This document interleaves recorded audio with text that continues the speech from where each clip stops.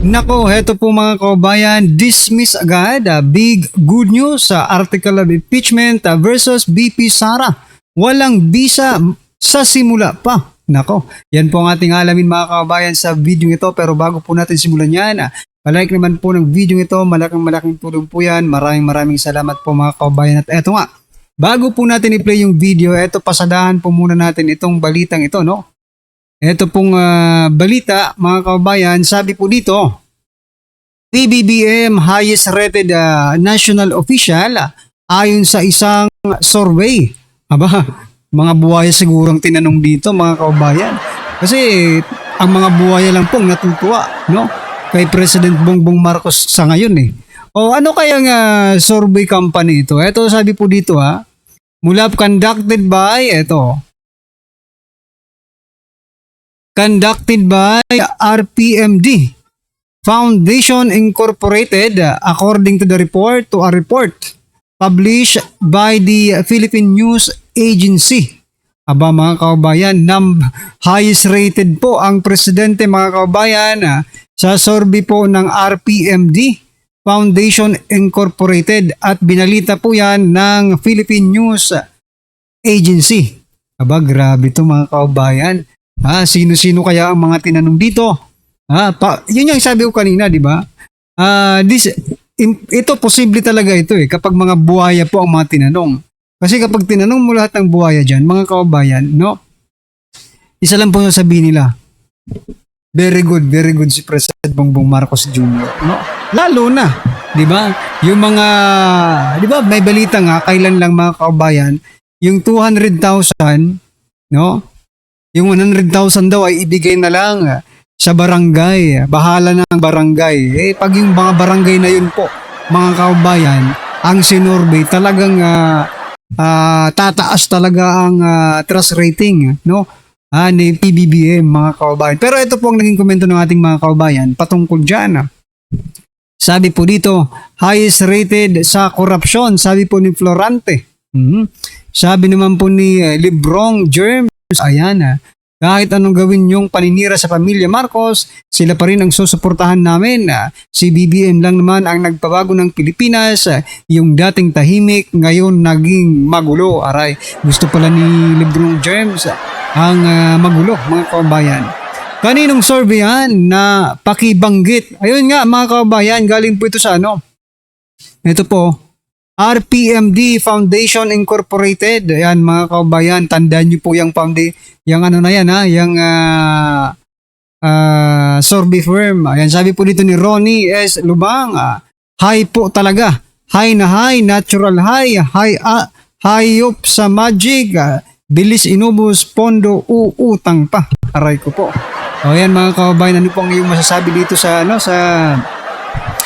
balitang yan mga kababayan na si President Bongbong Marcos daw ang pinaka highest rated national official ayon po sa survey ng RPMD Foundation Incorporated. At eto pa mga kababayan, bago po natin i-play yung video, eto gusto ko rin pong i-share ito mga kababayan. Mula po sa Masang Pilipino, sabi po dito ni Senator Tulfo. Aba, balita po patungkol kay Senator Tulfo. Erwin Tulfo mga kababayan, sabi niya po dito, sabi po sa balita, Senator Tulfo gusto bigyan ng pagkakataon si Cayetano kung karapat-dapat ba talaga itong maging Senate President. Ayan mga kababayan Teka lang. I think wala kang karapatan na bigyan siya ng pagkakataon na maging ipakita na pagiging Senate President. Karapat-dapat ba? Kasi sa una-una pa lang mga kababayan, hindi ka naman bumoto ng yes, no? Hindi ka bumoto ng yes para maging Senate President po si Senator Alan Cayetano, no? Bagkus ay nauna ka pang umuwi, di ba? Oo. Ngayon sasabihin mo, bigyan natin ng pagkakataon para ipakita kung karapat-dapat ba talaga siyang maging Senate President. Mas maganda sana yung pahayag mo, no? Mas maganda sana kung bumoto ka ng yes tapos ganyan yung pahayag mo. Kasi maiintindihan pa namin kasi bumoto ka ng yes no? Okay, bigyan natin ng pagkakataon si Senator Alan Peter Cayetano para maging Senate President. Boboto po ako ng yes. O pero hindi ka bumoto ng yes, wala kang karapatang hinayupak ka. Diba? Nagmamagaling lang ito mga kababayan. Nagmamagaling na naman si Tulfo at mukhang nagmamalinis rin mga karibin natin ha. Ito po ang naging komento ng ating mga kababayan patungkol dyan. Sabi po ni Nistora, kaya yan ni Senator Cayetano, hindi siya pwedeng mag-bend the law. Lalo na isa siyang abogado, correct, no? Fair and just, so let's give Cayetano a chance to see whether or not he is worthy of the position of Senate President. Ayon po yan kay Hini. Sabi naman po ni Yas, takot na takot ang ungas kasi kasali sa maleta, correct. Yeah. Siyempre naman, attorney yan si Senator Cayetano, marunong yan kaysa kay Tito Soto. Si Soto sa Itbulaga, bagay. Even sa Tulfo, mas maganda po si Cayetano, mga kababayan, na maging Senate President. Okay? Mas okay siya, mas okay yan kaysa kay Pinky at Pipsy. Ayan, no? Correct. Diba? Ayan mga kababayan, ano po ang inyong masasabi dyan? Pero eto, mayroon pa pong isang pahayag itong si Tulfo, mga kababayan. Sabi po niya dito, mula sa Batas PH, marami kaming parang inosente siya dito mga karabin natin na parang wala talaga siyang kaalam-alam sa mga nangyari sa Senado. Sabi niya po dito, marami kaming katanungan sa minority. Talaga? Okay. Yung mga minority na unang umuwi, may katanungan sila. Sabi po dito, we have a lot of questions na need answers. Siguro si Cayetano isa lang ang makakasagot. Kailangan siguro ipaliwanag. And the people are waiting. Hindi po kami nag-aantay ha. Yung taong bayan, alam na po kung anong nangyari sa Senado. Pero yung mga senador na umuwi, hindi pa alam hanggang ngayon kung ano po yung nangyari sa Senado. Kasi nagtatanong pa rin sila hanggang ngayon mga kababayan kung ano nga ba ang nangyari sa Senado. Ayan na kasi umuwi kasi kayo. Diba?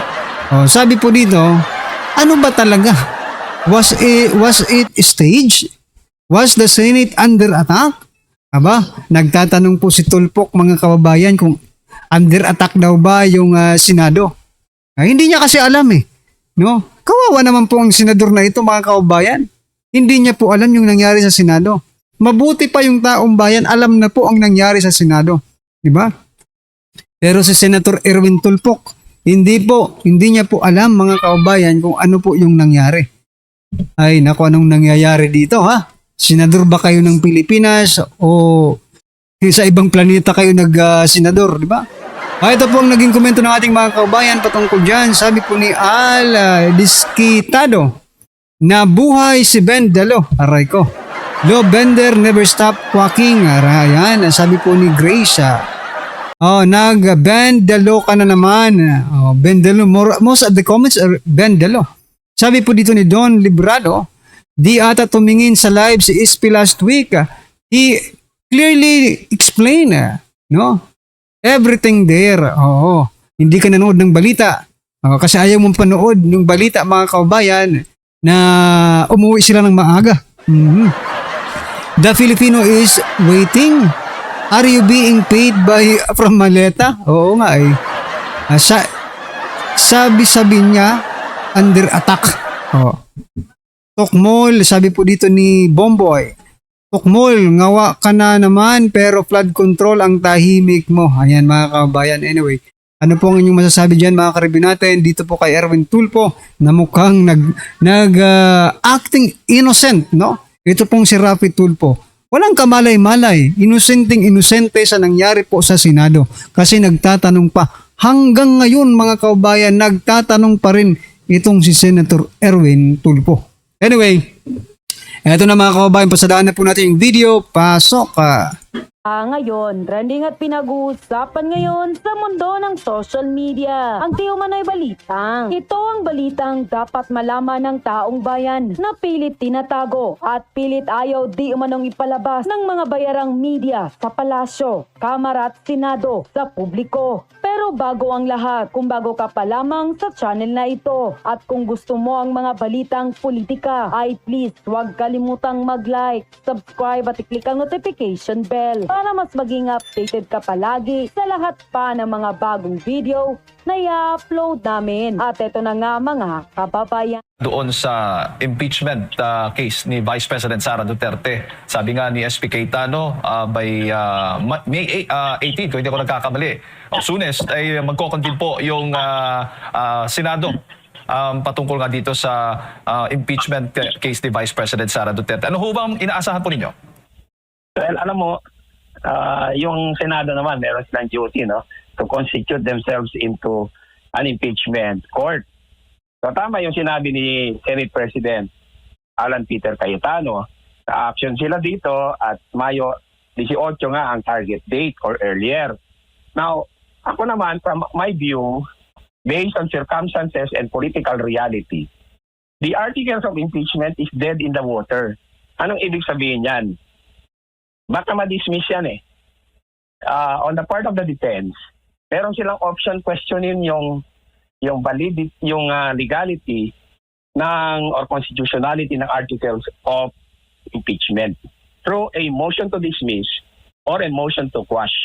Kasi merong question doon sa proceedings ng Committee on Justice. Remember, ang House noong April 29, April 24, April 4, March 25. Nag-conduct sila ng proceedings eh. But at the time, the House and the Senate were not in session or in recess.